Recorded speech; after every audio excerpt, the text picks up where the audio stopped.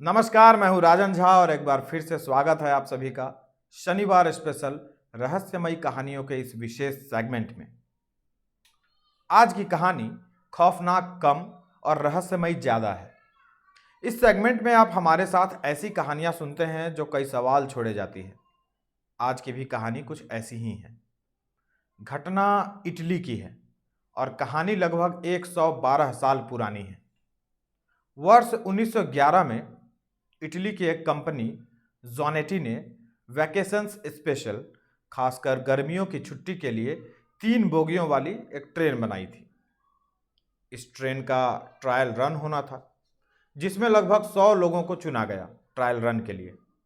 उनको स्टेशन से गंतव्य स्टेशन तक ले जाना फिर ले आना और साथ ही उनके खाने पीने के लिए भी बंदोबस्त किया गया था। और कुछ लकी ड्रॉ जैसा निकाला गया था और उनसे जो है 100 यात्रियों को चुना गया था इस यात्रा के लिए। तो ट्रेन सज धज कर तैयार हो गई। 1911 के समय के अनुसार समकालीन ट्रेनों की तुलना में यह ट्रेन काफ़ी सुविधाजनक थी, या दूसरे शब्दों में कहें तो यह ट्रेन काफ़ी मॉडर्न थी अपने समय के हिसाब से।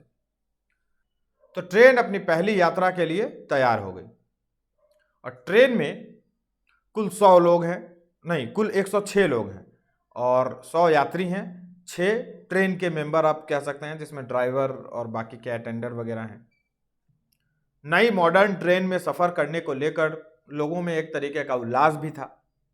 अच्छा, ट्रेन का जो रूट था वो रोमन स्टेशन से लोम्बार्ड हिल्स यानी लोम्बार्ड में पहाड़ी सुरंग से गुजरना था, फिर आगे जाना और वहां से लौटना था।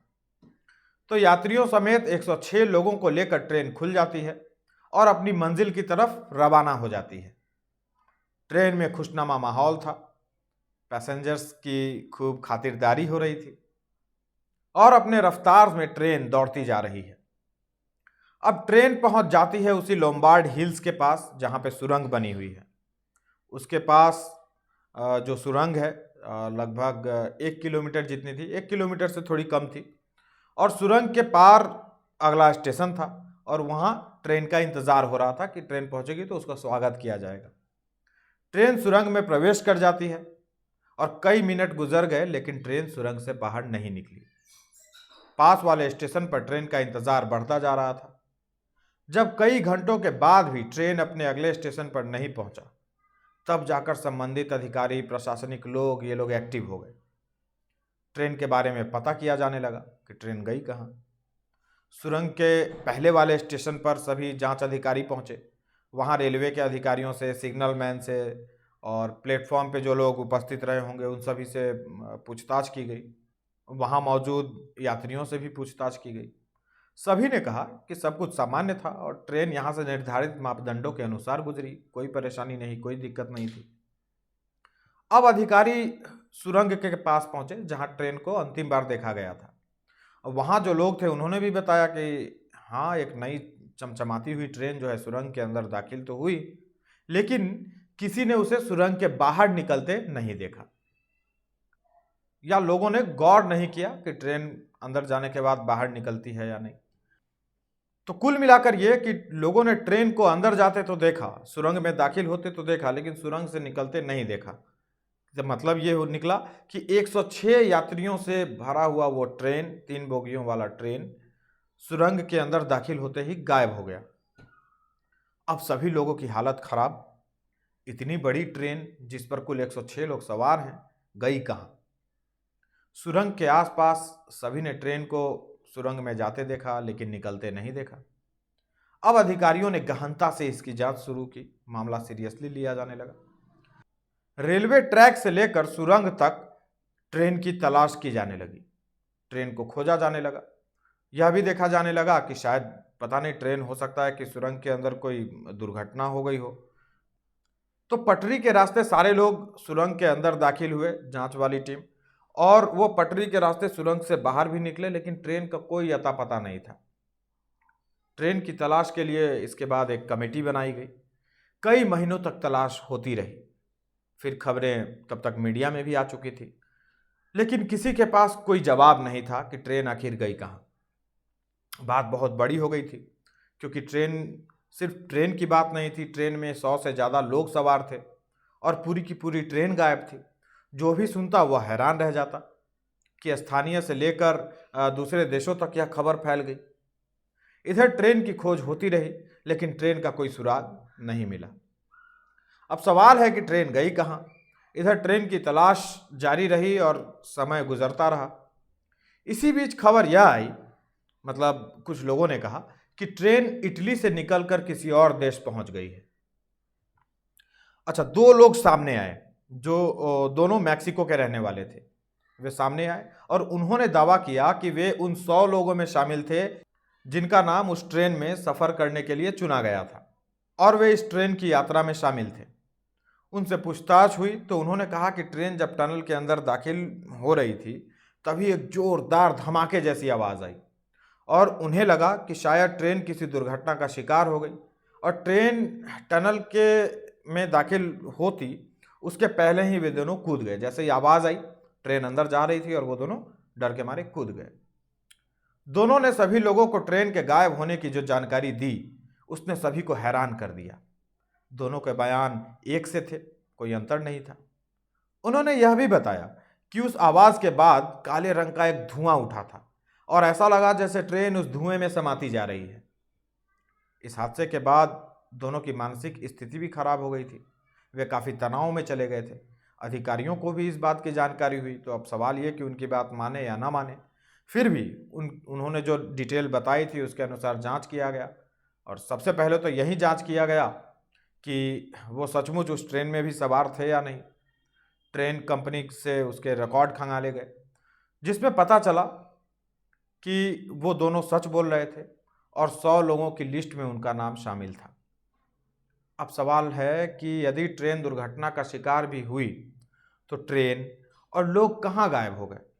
घायल लोग या शव कुछ तो मिलने चाहिए थे। ट्रेन के कल पुर्जे बिखरे हुए होने चाहिए थे, वो मिलने चाहिए थे, लेकिन वो कहीं मिला ही नहीं कुछ। अधिकारियों ने इन दोनों के आगे आने के बाद एक बार फिर से सुरंग और उसके आसपास के इलाकों की जांच की कि कहीं कुछ क्लू मिल जाए। लेकिन सुरंग और उसके आसपास के इलाके, इवन सुरंग की दीवारों की भी जांच की गई कि अगर धुएं जैसा कुछ उठा था तो हो सकता है उस पर कुछ काले रंग का परत मिले, लेकिन ऐसा कुछ नहीं मिला। दीवारें बिल्कुल चमचमा रही थीं, दीवारों पर धुएं का कोई निशान, कोई नमूना नहीं मिला। सुरंग और आसपास के इलाके में किसी ट्रेन यात्री और दीवारों पर कालिख के निशान नहीं थे। इस बीच एक और दावा किया गया। इस बार जो दावा किया गया वो मैक्सिको से किया गया था। मैक्सिको की एक डॉक्टर थी। हादसे के कुछ दिनों के बाद उन्होंने दावा किया कि उनके पास एक साथ 104 मरीज पहुंचे हैं और सभी मानसिक रूप से बीमार लग रहे थे। सभी अजीब अजीब व्यवहार कर रहे थे, अजीब अजीब बातें कर रहे थे। यह खबर इटली पहुंची तो वहां के लोग भी सक्रिय हो गए, क्योंकि दो पहले सामने आ चुके थे और एक साथ 104 लोगों का एक स्थान पर दिखना जो अजीब अजीब बातें कर रहे हैं, तो 104 और 102 106 हो जाते हैं, तो उससे भी कनेक्ट कर रहे थे लोग। लेकिन अस्पताल से जब इस बारे में पूछा गया तो उन्होंने कहा कि क्योंकि उन लोगों की बातें समझ में नहीं आ रही थी और हरकतें भी वो लोग अजीब अजीब सी कर रहे थे, तो किसी ने उस पर ध्यान नहीं दिया। उसके बाद से वो लोग फिर नज़र भी नहीं आए। तो यह साबित नहीं हो सका कि ये वही 104 लोग थे जो ट्रेन में सफ़र कर रहे थे या ये दूसरे लोग थे। इसके बाद इस ट्रेन को लेकर सबसे खतरनाक और चौंकाने वाले दावे किए गए। अब कहा गया कि जॉनेटी कंपनी की 3 बोगियों वाले इस ट्रेन को अलग अलग समय में अलग अलग देशों व स्थानों पर देखा गया है।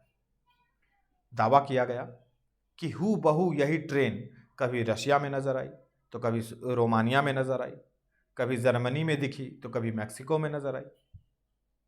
अच्छा, यहां तक भी ठीक है, लेकिन इसके आगे जो बात सामने आई इस पर भरोसा करना कठिन था।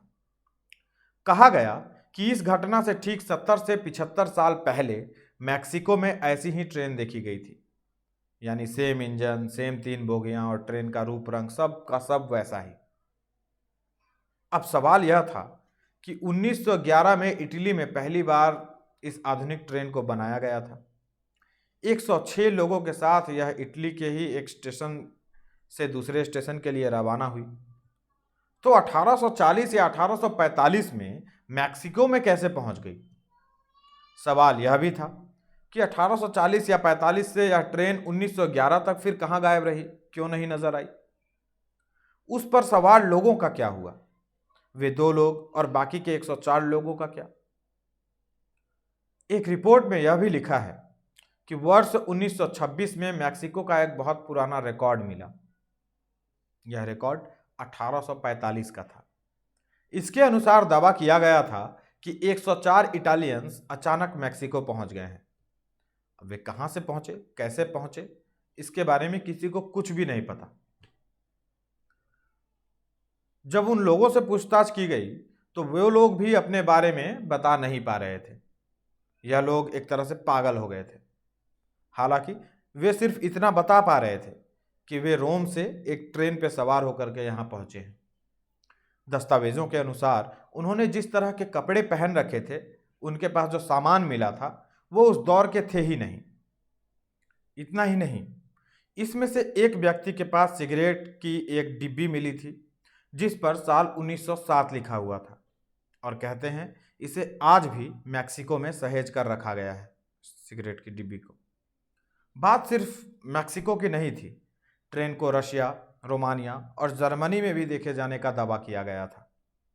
1911 से लेकर आज तक इस ट्रेन के गायब होने को लेकर जो रहस्य है उस पर से पर्दा नहीं उठ सका है। हाँ, इसके रिकॉर्ड अभी भी इटली में दर्ज हैं। गायब होने के बाद से ट्रेन का क्या हुआ, सारे 104 लोग कहाँ गए, रहस्य बना हुआ है। एक अंदाजा लगाया जाता है, या इटली के लोग जिस फाइनल निष्कर्ष पर पहुंचे हैं वह यह कि ट्रेन जैसे ही उस टनल के पास पहुंची तो वह किसी टाइम मशीन में चली गई, या किसी तरह ट्रेन ने टाइम ट्रेवल शुरू कर दिया। अर्थात ट्रेन टाइम ट्रेवल कर रहा था और वो समय में पीछे चली गई थी। यही वजह है कि ट्रेन कभी 1840 में दिखती, कभी 1845 में, कभी रशिया में दिखती तो कभी जर्मनी में। तो कुल मिलाकर आखिर में यही कहा गया कि किसी टाइम मशीन ने इस ट्रेन को निगल लिया और फिर यह ट्रेन वास्तविक दुनिया में जहां से इसने अपना सफ़र शुरू किया था वहां लौट नहीं सकी, और नहीं लौट सके वो 104 लोग।